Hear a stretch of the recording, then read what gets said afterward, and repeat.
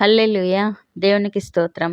ఈ వాక్యం వింటున్న వారందరికీ యేసుప్రభు వారి నుండి ఆశీర్వాదం, ఆరోగ్యం, ఐశ్వర్యం, సంతోషం, సమాధానం, నిరీక్షణ కలగాలని ప్రార్థిస్తూ సమస్త మహిమ, ఘనత, స్తోత్రం యేసుప్రభు వారికే చెల్లిస్తూ ఈరోజు మనం పరిశుద్ధ గ్రంథం నుండి సామెతల గ్రంథం 15వ అధ్యాయం 22వ వచనం చదువుకుని ధ్యానించుకుందాం. ఆలోచన చెప్పువారు లేని చోట ఉద్దేశములు వ్యర్థమగును. ఆలోచన చెప్పువారు బహుమంది ఉన్న ఎడల ఉద్దేశములు దృఢపరచబడును. మనకేదైనా సమస్య కానీ కష్టం కానీ వచ్చినప్పుడు వాటిని ఎలా ఎదుర్కొనాలా అని మనకు కొన్ని ఆలోచనలు ఉద్దేశాలు ఉంటాయి. ఆ ఉద్దేశాలు ఆలోచనలు కరెక్టా కాదా అని చెప్పేవారు మనకు తోడుగా ఉంటే వాటిని దృఢపరచుకుని ఆ సమస్యల మీద విజయం సాధించవచ్చు.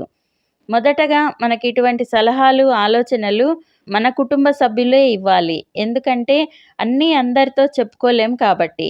అందుకే కుటుంబంలో ఐక్యత కలిగి ఒకే మాటగా అందరూ ఉండాలి. ఇది ఇంకా బాగా అర్థం కావడానికి ఉపమానం ద్వారా తెలుసుకుందాం. జేమ్స్కు ఒక కూతురు ఉంటుంది. ఒకరోజు జేమ్స్ ఆఫీస్ నుండి ఇంటికి వస్తుండగా అతని కూతురు ఒక అబ్బాయితో కలిసి బైక్పై వెళ్తూ కనిపించింది. అది చూసిన అతను జస్ట్ ఫ్రెండ్ లాగా వెళ్తోందా లేక ఇంకేమైనా ఉందా అని వారు చూడకుండా వారి వెంట వెళ్తూ వారిని గమనించసాగాడు. బాగా గమనించిన అతనికి కూతురు అతన్ని ప్రేమిస్తోంది, అతను అన్యుడు అని అర్థమవుతుంది. ఇంటికి వచ్చిన అతను కూతుర్ని దండించి, అరిచి, కొట్టి గోల చేయాలనుకోకుండా మెల్లగా ఆ అమ్మాయిని కన్విన్స్ చేయాలని అనుకుంటాడు.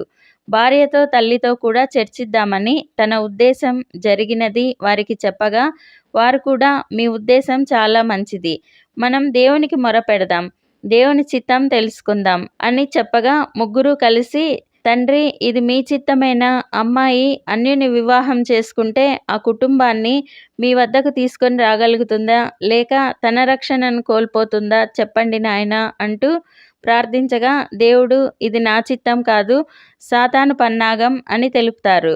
దేవుని చిత్తం ఎరిగిన వారు అమ్మాయి ఇంటికి వచ్చాక దగ్గర కూర్చుని ఆమెతో ప్రేమగా అమ్మా నీ ప్రేమ దేవుని చిత్తం కాదు, ఇది సాతాను ఆకర్షణ, అందులో నుండి నువ్వు బయటకు రాకపోతే నువ్వు దేవునికి దూరం అవుతావు, నువ్వు కూడా ప్రార్థించి ఈ విషయంలో దేవుని చిత్తం తెలుసుకో అని బోధిస్తారు. తన రూమ్లోకి వెళ్ళి బాగా ప్రార్థన చేసి బైబిల్ తెరిచి చూసిన అమ్మాయితో దేవుడు సాతాను గర్జించు సింహం వలె ఎవరిని మింగుదుమా అని ఎదురు చూస్తున్నాడు, సర్వాంగ కవచం ధరించుకుని జాగ్రత్తగా ఉండమంటూ మాట్లాడారు. అంతే, ఆ అమ్మాయి సున్నితంగా ఆ ప్రేమను తిరస్కరించి అనుదినం దేవునితో సహవాసం చేస్తూ దేవుని యందు బలపడసాగింది.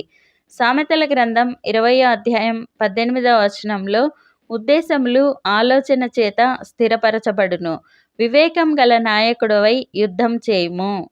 యుద్ధం అంటే రాజులు రాజ్యాలనే కాదు, మనకొచ్చే ప్రతి సమస్యలు, అనారోగ్యం, ఆర్థిక సమస్యలు ఇలా అన్ని యుద్ధాలే. వాటితో యుద్ధం చేసేటప్పుడు మన ఉద్దేశాలు మన కుటుంబ సభ్యులతో కూడా లేదా మనకు బాగా దగ్గరైన మంచి స్నేహితులు లేదా దైవజనులతో కూడా చర్చించాలి. ముఖ్యంగా మనకు కొండంత అండ అయిన దేవుడు, మన తండ్రి, మన కుటుంబ అధిపతి అయిన యేసుప్రభు వారి సన్నిధిలో ఉంచి ప్రార్థించాలి. ఆయన చక్కటి మాటల ద్వారా, వాక్యం ద్వారా మన ఉద్దేశం కరెక్టా కాదా అని తెలియజేస్తారు. సమస్యను ఏ గొడవ, ఇబ్బందులు లేకుండా పరిష్కరిస్తారు. దేవుని యందు భక్తితో పాటుగా కుటుంబ సభ్యుల మధ్య చక్కని సత్సంబంధాలు, ఐక్యత కలిగి ఉండాలి. మనం ఉపమానంలో తెలుసుకున్న జేమ్స్ తన కూతురు సాతాను ఉచ్చులో పడకుండా ఏ గొడవలు లేకుండా చక్కగా సమస్యను దేవుని దయ వల్ల, కుటుంబ సభ్యుల వల్ల పరిష్కరించి కూతుర్ని కాపాడుకోగలిగాడు. మనం కూడా ఏదైనా సమస్య రాగానే ఆవేశంతో సమస్యను పెద్దది చేసుకోకుండా చక్కని ఆలోచన కలిగి దేవుని కృపలో పరిష్కరించుకుందాం. ప్రార్థన చేసుకుందాం. ప్రభువా, దేవా, సర్వాధికారి తండ్రి, మీ పరిశుద్ధ పాదాలకు వందనాలు, స్తుతులు, స్తోత్రాలు నాయనా. మీరు మా జీవితాల్లో జరిగించిన మేళ్ళన్నింటికీ వందనాలయ్యా.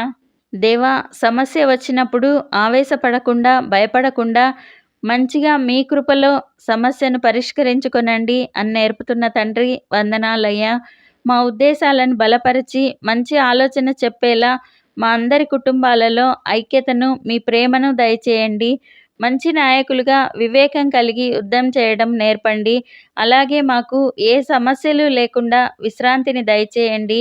ఈ ప్రార్థనలో పాల్గొనే వారికి మంచి వివేకం, జ్ఞానం దయచేయండి. వారందరి కుటుంబాల్లో శాంతి సమాధానాలతో పాటు ఐక్యతను దయచేయండి. మేమందరం ఈ దేశానికి, ఈ ప్రపంచానికి ఆశీర్వాదకరంగా ఉండులాగున ఆశీర్వదించమని నజరేయుడైన యేసుక్రీస్తు నామంలో ప్రార్థిస్తున్నాం తండ్రి. ఆమెన్. మీకేమైనా ప్రార్థన అవసరతలు ఉంటే కామెంట్స్‌లో తెలియజేయండి. మేము మీకోసం తప్పక ప్రార్థన చేస్తాము. దేవుడు మనకందరికీ సహాయం చేస్తారు. దేనికి కృంగిపోకండి, దిగులు పడకండి, నిరీక్షణ కోల్పోకండి, నిరీక్షణ కలిగి ఉండండి. Thank you Jesus. God bless you.